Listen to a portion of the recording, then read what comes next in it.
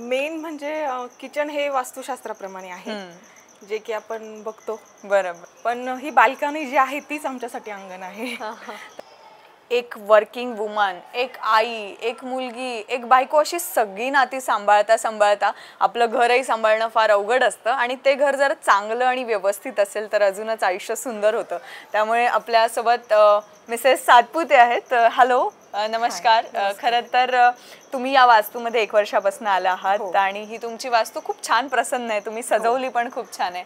तर एक गृहिणी या नात्याने, कारण मी असं म्हणते आपण जरी वर्किंग वुमन असेल तरी आपल्यामध्ये एक गृहिणी असतेच, त्यामुळे घरामध्ये किचन हे खूप महत्त्वाचा मुद्दा आहे. तर किचनमध्ये कुठल्या ॲम्युनिटीज आहे आणि त्याबद्दल तुम्ही काय सांगाल? मेन म्हणजे किचन हे वास्तुशास्त्राप्रमाणे आहे, जे की आपण बघतो. बरोबर.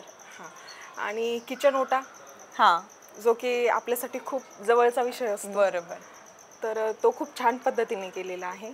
त्यातल्या त्यात वॉशिंग एरिया, बेसिन, बरोबर, ते सगळंच खूप छान पद्धतीने केलेलं आहे. मला आवडलं. त्यापेक्षाही महत्त्वाची गोष्ट की आपल्याला घर सजवायला आवडत असतं आणि आपण बाल्कनीचा विचार करता, कारण घरामध्ये 2 छोटी मुलं पण आहेत आणि घरात राहून राहून मुलं सुद्धा कंटाळतात, त्यामुळे खेळण्यासाठी पण एक स्पेस आहे. तर बाल्कनी विशेष तुम्ही काय सांगाल? आणि अटॅच गार्डन पण आहे त्याच्याबद्दल?